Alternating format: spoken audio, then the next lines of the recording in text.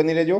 Current affairs important topic છે, દરેક એક્ઝામમાં પ્રશ્ન પૂછવામાં આવે જ છે। ટોપિક પર આવીએ। 7 એપ્રિલ ક્વેશ્ચન નંબર 1 છે, હાલમાં વિકાસ અને શાંતિ માટે આંતરરાષ્ટ્રીય રમત ગમત દિવસ ક્યારે ઉજવવામાં આવ્યો? તો દર વર્ષે 6 એપ્રિલના રોજ વિકાસ અને શાંતિ માટે આંતરરાષ્ટ્રીય રમત ગમત દિવસ મનાવાય। મિત્રો 1 એપ્રિલે ઉત્કલ દિવસ, આરબીઆઈ સ્થાપના દિવસ અને સીબીઆઈ સ્થાપના દિવસ મનાવાયો। 2 એપ્રિલે વિશ્વ ઓટિઝમ જાગૃતિ દિવસ, 4 એપ્રિલે આંતરરાષ્ટ્રીય ખાણ જાગૃતિ દિવસ અને 5 એપ્રિલે રાષ્ટ્રીય દરિયાઈ દિવસ મનાવાયો। તમામ દિવસ ઇમ્પોર્ટન્ટ છે, યાદ રાખો। સેકન્ડ છે, સુખના વન્યજીવ અભયારણ્ય, જે હાલમાં તેના પર્યાવરણીય પુનરુત્થાન માટે સમાચારમાં હતું, તે ક્યાં આવેલું છે? તો રાઈટ આન્સર છે મિત્રો આમાં ચંડીગઢ ખાતે। સુખના વન્યજીવ અભયારણ્ય ઇકોલોજીકલ પુનઃસ્થાપન અને ઇકો સેન્સિટિવ ઝોન માટે ચર્ચામાં છે। તે ચંડીગઢમાં સ્થિત છે। પ્રખ્યાત સુખના તળાવ પાસે શિવાલિક ટેકરીઓની તળેટીમાં સ્થિત તે કેન્દ્રશાસિત પ્રદેશ ચંડીગઢના વહીવટી નિયંત્રણ હેઠળ છે। 3 છે, હાલમાં ઇંગ્લેન્ડની ટોચની ક્રમાંકિત મહિલા ચેસ ખેલાડી કોણ બની? તો બોધના શિવનંદન। મૂળ તેઓ મિત્રો ભારતીય મૂળની છે અને હાલમાં ઇંગ્લેન્ડની ટોપની ક્રમાંકિત મહિલા ચેસ ખેલાડી બની ગઈ। સ્ટારમાં કરજો, વેરી વેરી ઇમ્પોર્ટન્ટ। હાલમાં સુરતના કયા ઉદ્યોગને જીઆઈ ટેગ એનાયત કરવામાં આવ્યો? તો Surat cut diamond right answer થશે। અમદાવાદમાં આયોજિત કાર્યક્રમ દરમિયાન EDII એટલે કે entrepreneurship development institute of India દ્વારા સુરત ડાયમંડ એસોસિએશનને આ સર્ટિફિકેટ આપવામાં આવ્યું છે। હાલમાં કયા શહેરમાં 16મી hockey India sub junior men's national ચેમ્પિયનશિપનું આયોજન કરવામાં આવ્યું? તો રાઈટ આન્સર છે એમાં બિહારના રાજગીર ખાતે। 16મી hockey India sub junior men's national championship 2026, 16 નહીં પણ 2026 બિહારના રાજગીરમાં, બરાબર, બિહારના રાજગીરમાં યોજાઈ રહી છે। આ સ્પર્ધા 1 થી 12 એપ્રિલ 2026 દરમિયાન રાજગીર હોકી સ્ટેડિયમ ખાતે યોજાઈ। હાલમાં કઈ કંપનીના ચેરમેન અમરેન્દુ પ્રકાશે રાજીનામું આપ્યું? તો steel authority of India limited, સેલના ચેરમેન છે અમરેન્દુ પ્રકાશ, એમણે હાલમાં રાજીનામું આપ્યું। સ્ટીલ ઓથોરિટી ઓફ ઇન્ડિયા લિમિટેડના ચેરમેન અને MD અમરેન્દુ પ્રકાશે રાજીનામું આપ્યું। ત્યારબાદ કૃષ્ણ કુમાર સિંઘને જાહેર ક્ષેત્રના ઉપક્રમના વચગાળાના વડા તરીકે નિયુક્ત કરવામાં આવ્યા છે। 7 છે, હાલમાં કયા રાજ્ય સરકારે પ્રથમ જાતિ સામાજિક આર્થિક સર્વે શરૂ કર્યો? તો મિત્રો એ કર્યું છે પંજાબે।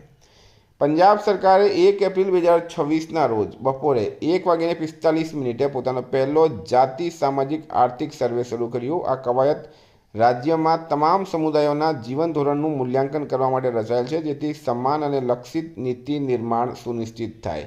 પંજાબનું કેપિટલ છે ચંડીગઢ, CM છે ભગવંત માન, રાજ્યપાલ છે Gulabchand Kataria.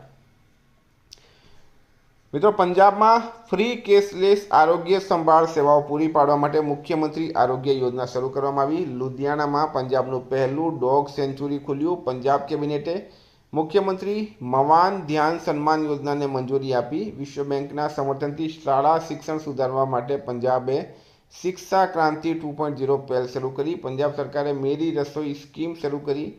હર્ષચરણ કૌરને Punjab state power corporation લિમિટેડના ડાયરેક્ટર તરીકે નિયુક્ત કરાયા છે। પંજાબના આદમપુર એરપોર્ટનું નામ બદલીને શ્રી ગુરુ રવિદાસ મહારાજજી એરપોર્ટ રાખવામાં આવ્યું છે।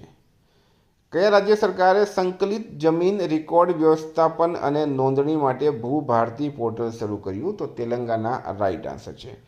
તેલંગાના સરકાર રાજ્યમાં જમીન રેકોર્ડ મેનેજમેન્ટ અને નોંધણીને સુવ્યવસ્થિત, સંકલિત બનાવવા અને પારદર્શક અને સુલભ બનાવવા માટે ભૂભારતી પોર્ટલ શરૂ કર્યું। મિત્રો તેલંગાનાનું કેપિટલ છે હૈદરાબાદ, CM છે રેવંતા રેડ્ડી, રાજ્યપાલ છે શિવ પ્રતાપ શુક્લા।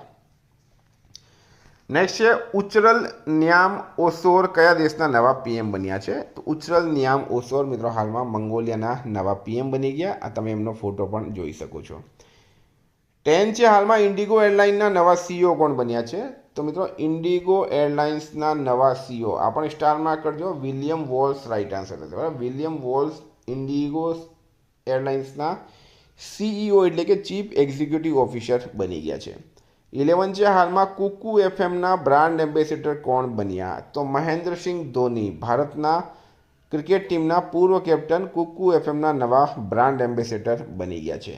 હવે મેં બ્રાન્ડ એમ્બેસેડરની વાત કરું તો પારાદીપ ફોસ્ફેટ્સ રાહુલ દ્રવિડને બ્રાન્ડ એમ્બેસેડર બનાવ્યા. દીપિકા પાદુકોણને કેન્દ્રીય આરોગ્ય અને પરિવાર કલ્યાણ મંત્રાલયના પ્રથમ માનસિક સ્વાસ્થ્ય રાજદૂત તરીકે નિયુક્ત કરવામાં આવ્યા છે. પંકજ ત્રિપાઠીને એસબીઆઈ જનરલ ઇન્સ્યોરન્સના બ્રાન્ડ એમ્બેસેડર બનાવવામાં આવ્યા. મેબેલાઇન ન્યૂયોર્કે કિયારા આડવાણીને ભારત માટે બ્રાન્ડ એમ્બેસેડર બનાવ્યા. મહેન્દ્રસિંહ ધોની બજાજ પુણે ગ્રાન્ડ ટૂર 2026ના ગુડવિલ એમ્બેસેડર બન્યા છે. ન્યૂ બેલેન્સના પ્રથમ ભારતીય રાજદૂત તરીકે જાહ્નવી કપૂરની નિમણૂક કરાઈ.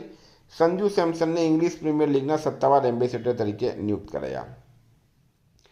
12 છે હાલમાં ચર્ચામાં રહેલ ક્યુડેંગા કયા રોગની નવી રસી છે? ક્યુડેંગા, તો રાઈટ આન્સર છે મિત્રો આમાં ડેન્ગ્યુ રોગની. કયા રોગની? ડેન્ગ્યુની નવી રસી ક્યુડેંગા જાપાનની ટાકેડા કંપનીની આ ટ્રેટાવેલેન્ટ રસીને ભારતના ડ્રગ કંટ્રોલર દ્વારા 4 થી 60 વર્ષના લોકો માટે મંજૂરી અપાઈ છે.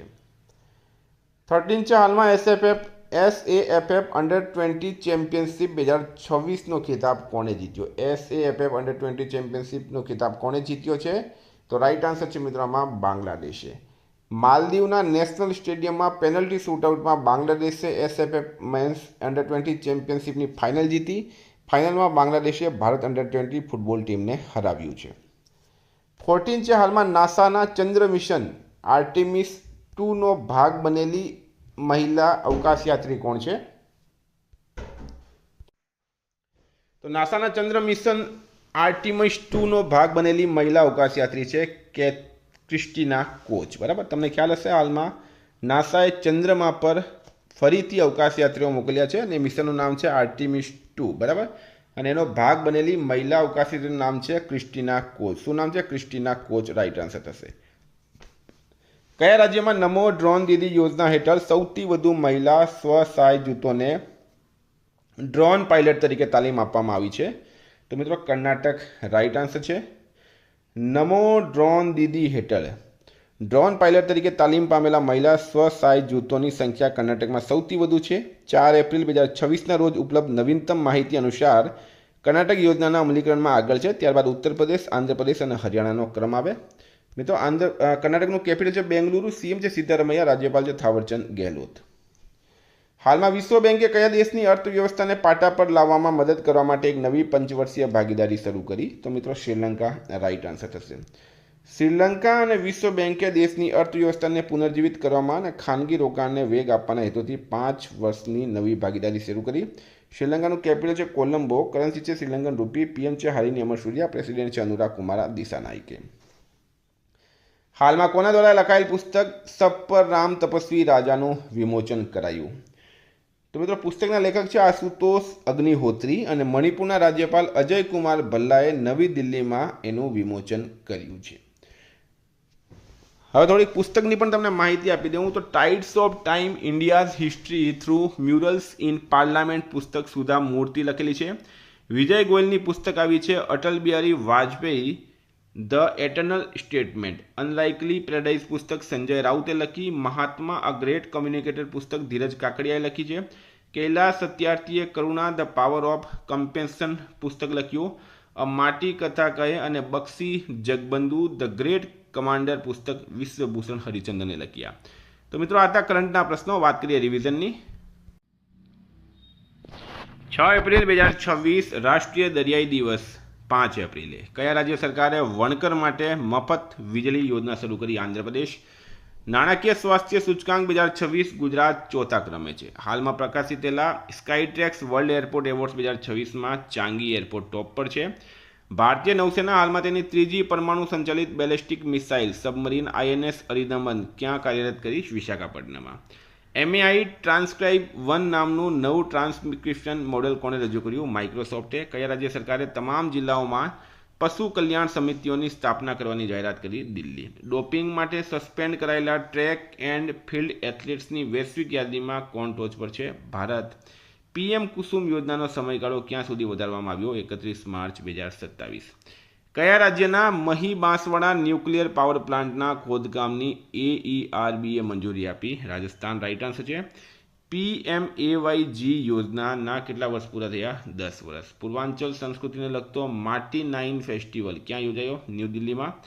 ગગનયાન અવકાશ યાત્રીઓએ હાલમાં માનવ મર્યાદાઓનું પરીક્ષણ કરવા માટે મિશન મિત્ર ક્યાં લોન્ચ કર્યું? લદ્દાખમાં. કયા રાજ્યની 3 પંચાયતોએ રાષ્ટ્રીય ટકાઉ વિકાસ પુરસ્કાર 2025 જીત્યો? ત્રિપુરા. રાઈટ આન્સર છે. હાલમાં પૂર્ણ થયેલા પ્રથમ ખેલો ઇન્ડિયા ટ્રાઇબલ ગેમ્સ 2026માં કર્ણાટક ટોપ પર છે.